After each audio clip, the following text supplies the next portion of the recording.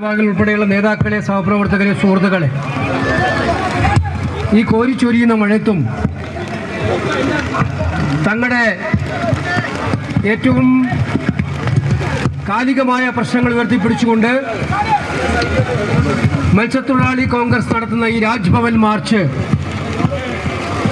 ഈ നാട്ടിലെ കേന്ദ്ര സർക്കാരിനുള്ള ഏറ്റവും ശക്തമായ താക്കീതും മുന്നറിയിപ്പുമാണ്. കടലിനോട് മല്ലിട്ട് ജീവിക്കാൻ മത്സ്യത്തൊഴിലാളിക്ക് അറിയാം. കടൽ മത്സ്യത്തൊഴിലാളി എന്നും സ്നേഹം കാണിച്ചിട്ടുള്ളതാണ്.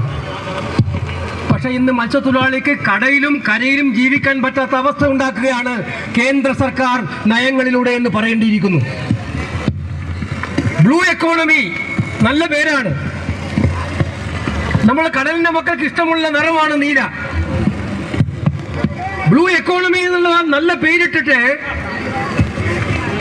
സത്യത്തിൽ കടലിനെ മൊത്തം രണ്ടോ മൂന്നോ തങ്ങൾക്ക് ഇഷ്ടമുള്ള മുതലാളിമാർക്ക് തീരെഴുതി കൊടുക്കാൻ വേണ്ടിയിട്ടുള്ള ഉറച്ച നിലപാടിലാണ് കേന്ദ്ര സർക്കാർ എന്ന് മനസ്സിലാക്കാൻ സാധിക്കും. പുറമെ പൊതിഞ്ഞ നല്ല വാഗ്ദാനങ്ങൾ, ബ്ലൂ എക്കോണമി മത്സ്യത്തൊഴിലാളികളെ സഹായിക്കാനാണ്, രക്ഷപ്പെടുത്താനാണ് എന്നുള്ള പൊതിഞ്ഞ വാചകങ്ങൾ.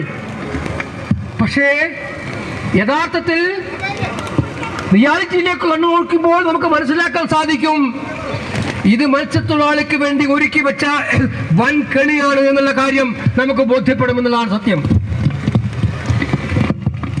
ആഴക്കടൽ മത്സ്യബന്ധനം നമ്മൾ നേരത്തെ ഇവിടെ പറഞ്ഞു. അതിനെ നമ്മൾ ശക്തമായി എതിർത്തു ഒരു ശ്രമം വന്നപ്പോൾ ആഴക്കടൽ ഖനനമാണ്.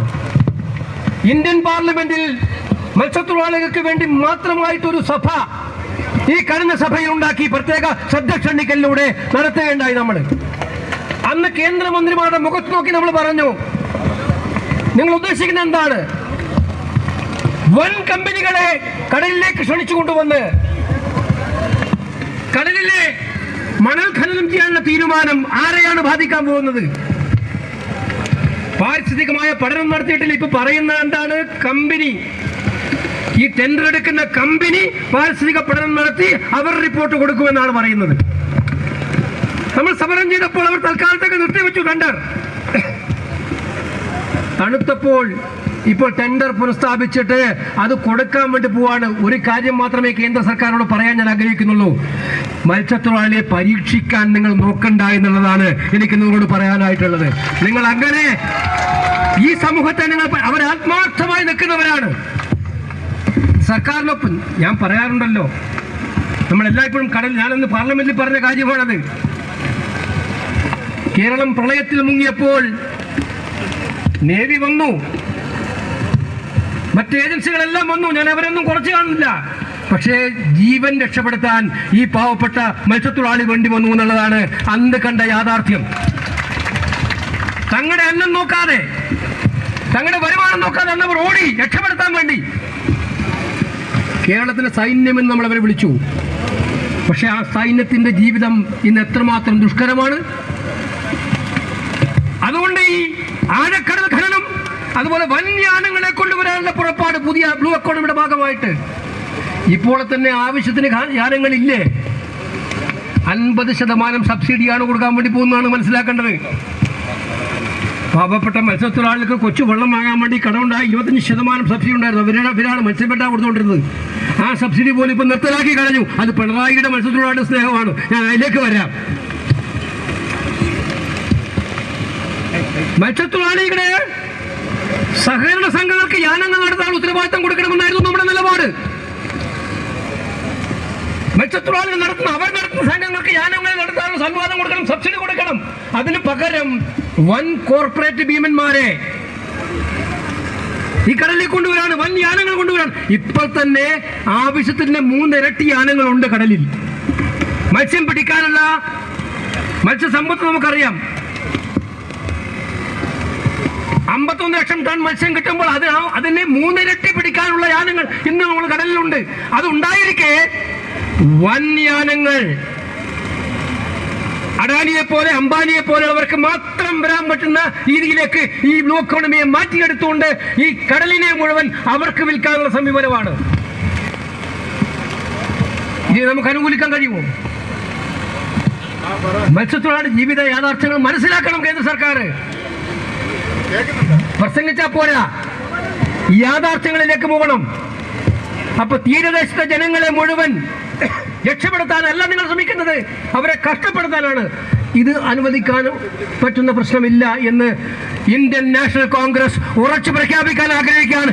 ഏതറ്റം വരെയും കോൺഗ്രസ് പോവും. തീരദേശത്തെ ഞങ്ങൾ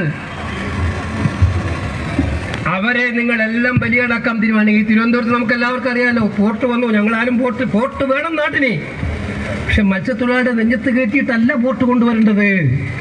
അവരെ കൂടി ഒന്ന് കയ്യിലെടുക്കണം, അവരെ കൂടി സഹായിക്കണം, അവരെ കൂടി സഹകരിക്കണം. അതുപോലെ കപ്പൽ വന്ന് അപകടം ഉണ്ടായി.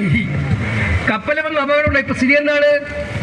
ഇപ്പം നമ്മുടെ മത്സ്യത്തൊഴിലാളികൾക്ക് മീൻ പിടിക്കാൻ പോയാൽ പാവപ്പെട്ടവൻ കടം വാങ്ങിച്ചിട്ടാണ്, ബാങ്കിൽ ലോൺ എടുത്തിട്ടാണ് ഈ വള്ളവും വലിയൊക്കെ വാങ്ങിച്ചിരിക്കുന്നത്. മീൻ പിടിക്കാൻ പോയാൽ വല മുഴുവൻ ഈ കണ്ടെയ്നർ തട്ടി തീരും. എത്ര വലകളാണ് കണ്ടെയ്നർ തട്ടി തീർന്നിരിക്കുന്നത്? 15 ദിവസക്കാലം സർക്കാർ കേസെടുത്തില്ല. ഇത്രയും വലിയ അപകടമുണ്ടായാൽ FIR ഇടുക എന്നുള്ളത് സാമാന്യ മര്യാദയാണ്. പിണറായി സർക്കാർ കേന്ദ്ര ഷിപ്പിംഗ് സെക്രട്ടറിയെ കൊണ്ട് ഇരുത്തിയിട്ട് പറഞ്ഞു, ഞങ്ങൾക്ക് വേണ്ടപ്പെട്ട ആളാണ് കപ്പലിൻ്റെ ഉടമ, അതായത് വിഴിഞ്ഞം പോർട്ടിന് വേണ്ടപ്പെട്ട ഉടമയാണ് കപ്പലിൻ്റെ ഉടമ, അതുകൊണ്ട് കേസെടുക്കേണ്ട കാര്യമില്ല. കേസെടുത്താലേ നഷ്ടപരിഹാരം കിട്ടൂ, യഥാർത്ഥ നഷ്ടപരിഹാരം കിട്ടൂ. ഇന്ന് മത്സ്യത്തൊഴിലാളികൾക്ക് മത്സ്യബന്ധനം നടത്താൻ സുഖമായി പറ്റുന്നില്ല. വലയടക്കം മുടക്കി പോവാണ്. ഇതിനെല്ലാം നഷ്ടപരിഹാരം കൊടുക്കണ്ടേ? ഈ വല നശിച്ച നഷ്ടപരിഹാരം കൊടുക്കണ്ടേ? ബോട്ടിന് നഷ്ടപരിഹാരം കൊടുക്കണ്ടേ? ഇത് കൊടുക്കാൻ കപ്പൽ കമ്പനിക്ക് കഴിയുമല്ലോ. അവർ കോടീശ്വരന്മാരല്ലേ, വൻ മുതലാളിമാരല്ലേ, അവർക്ക് നഷ്ടപരിഹാരം കൊടുക്കാൻ പറ്റില്ലേ? അതിനവർ കേസ് കൊടുക്കണ്ടേ?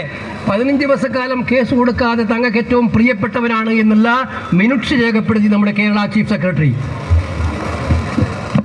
ഇതങ്ങനെ അനുവദിക്കാൻ കഴിയും? അവസാനം നമ്മൾ ബഹളമുണ്ടാക്കി. ഈ പ്രതാപൻ ഹൈക്കോടതിയിലടക്കം കേസ് പോയി. ഞാൻ മന്ത്രിക്ക് കത്തെഴുതി, മുഖ്യമന്ത്രിക്ക് കത്തെഴുതി, ഇല്ലെങ്കിൽ ഞങ്ങൾ ശക്തമായ പോരാട്ടപ്പെടുത്തുമെന്ന് പറഞ്ഞതിനടുത്താൽ മാത്രമാണ് കേസെടുക്കാൻ അവർ തീരുമാനിച്ചത്. 15 ദിവസം കഴിഞ്ഞിട്ട് കണ്ണൂർ തിരുവനന്തപുരം കപ്പൽ കത്തി. അതിന്റെ അവശിഷ്ടങ്ങൾ വന്നുകൊണ്ടിരിക്കുകയാണ്. ആലപ്പുഴ നിങ്ങൾക്കറിയില്ലേ, തീരദേശ താപമാനം പരിഭ്രാന്തിയല്ലേ? നിങ്ങളറിയാം, ആലപ്പുഴ കടപ്പുറത്ത് ഒരാഴ്ചക്കുള്ളിൽ 4 ഡോൾഫിനും 2 തിമിംഗലുമാണ് ചത്തത്. ഒരാഴ്ചക്കുള്ളിൽ. അതുപോലെ എറണാകുളത്തുണ്ടായി. ഇത് സാധാരണ പ്രതിഭാസമാണ് പറഞ്ഞത്. എനിക്കറിയില്ല, നിങ്ങൾക്കറിയാം, നമ്മുടെ സഹോദരിമാർക്കറിയാം. ഈ ഡോൾഫിൻ ഇങ്ങനെ ചത്തുപോയിക്കൊണ്ടിരിക്കുന്നത്, ദിവസേന വന്നുകൊണ്ടിരിക്കുന്നത് സാധാരണ പ്രതിഭാസമാണോ? അങ്ങനെയല്ല. കോമൺ സെൻസ് നിങ്ങൾക്കറിയാം, നിങ്ങൾക്ക് നന്നായിട്ട് അറിയാമല്ലോ. അപ്പൊ കടലിന്റെ മക്കളുടെ ജീവിതം മുട്ടിക്കാനുള്ള തീരുമാനവുമായിട്ട് ഞങ്ങൾ പോകുന്നത്. എന്താണ് കേരള സർക്കാർ ഇക്കാര്യത്തിൽ ചെയ്യുന്നത്? കേന്ദ്രം ചെയ്യുന്നതിനെല്ലാം കൂട്ടുവെക്കുകയാണ്. പോരാടണം. മിസ്റ്റർ പിണറായി വരണം ഡൽഹിയിലേക്ക്. നിങ്ങളെ കൂടെ ഞങ്ങളും കൂടി ഇരിക്കാം, സമരം ചെയ്യാൻ നമുക്ക് ഒന്നിച്ച്. മോഡിക്കെതിരായിട്ട് ധൈര്യമുണ്ടോ? ഞങ്ങളെല്ലാം കൂടെ വരാം. മോഡിയെ തടയാൻ, ഇത് മത്സ്യത്തൊഴിലാളിക്കെതിരായിട്ടുള്ള ഈ നീക്കം അവസാനിപ്പിക്കാൻ തയ്യാറാകണം. മന്ത്രിമാരുടെ പടയുണ്ടല്ലോ ഇപ്പം എല്ലായിടത്തും പോകുന്ന, വരട്ടെ ഡൽഹിയിലോട്ട്. ഞങ്ങളെല്ലാം ഒന്നിച്ചു നിൽക്കാം. ഇതിന് തയ്യാറാകുന്നില്ല. അപ്പൊ അത് മത്സ്യത്തൊഴിലാളികളെ സംബന്ധിച്ചിടത്തോളം കേന്ദ്രത്തിന്റെ ഈ നിലപാടിന് അറിഞ്ഞോ അറിയാതെയും പ്രോത്സാഹനം നൽകുന്ന നിലപാടാണ് കേരള സർക്കാർ. അത് കൂടാതെ ഇവരുടെ ദ്രോഹം വേറെയുണ്ട്.